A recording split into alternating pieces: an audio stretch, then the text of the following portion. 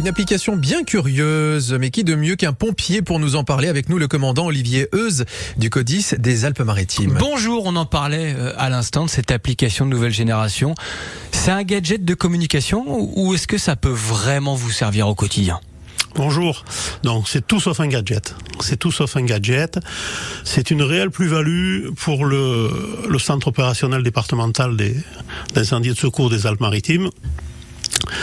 Ça nous permet de manière simple et rapide d'avoir une vision claire de la situation et d'adapter les secours engagés. Jusqu'à maintenant, vous posez plein de questions. Moi, ça m'est déjà arrivé d'appeler pour info. On pose plein de questions. Voilà. Est-ce que ça prend très fort? Est-ce qu'il y a des risques de propagation, etc. Là, vous pouvez le vérifier par vos yeux à vous. Ça change quoi? Et ça change qu'on a une vision. À l'heure actuelle, il fallait se fier aux appels des requérants. Il faut bien comprendre que les personnes qui appellent les pompiers font face à une situation à laquelle ils ne sont pas habitués, que ce soit un feu, que ce soit un accident, que ce soit un malaise grave. Et c'est pas toujours facile de décrire exactement ce qui se passe. Là, grâce à cette application qui est d'une simplicité remarquable, ça nous permet d'avoir rapidement une visu de la situation, une visu claire, et d'adapter les secours engagés. Eh oui, si c'est un feu de poubelle sans risque de propagation, ou s'il y a une maison juste à côté, ça change tout pour vous. Exactement. Ça fait maintenant, donc depuis janvier 2022, que cette application a été mise en fonction au sein du CODIS des Alpes-Maritimes. Et les exemples sont nombreux, elle est utilisée quotidiennement. Il faut savoir quand même que nous recevons environ 400 000 appels par an. Dans les Alpes-Maritimes? Tout à fait. Ah oui, c'est énorme. Environ 400 000 appels par an, ouais. 18 ou 112, ce qui fait plus de 1000 appels par jour, avec des pointes à 1700 en période estivale. Et vous vous déplacez dans combien de cas? À peu près, la proportion? En général, un appel sur 3,5 ou 4 débouche sur une intervention sapeur-pompier. Ouais, ça vous permet là aussi de vérifier si c'est pas trop grave, si c'est... Exactement. Peut-être parfois vous pouvez dire en fait là ça vaut pas le coup qu'on vienne. Exactement. Ouais. Rarement, honnêtement rarement. On l'utilise surtout dans les cas où on sent bien que la situation peut déraper, que la situation est complexe. Et les exemples sont nombreux. Faut juste qu'on installe cette appli.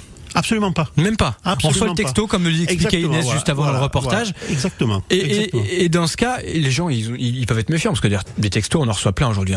Il faut payer son amende et c'est une arnaque, les impôts, etc. Là, on reçoit les pompiers. Il faut que les gens sachent maintenant. La personne vous appelle. Elle fait le 18 ou le 112. La personne nous appelle.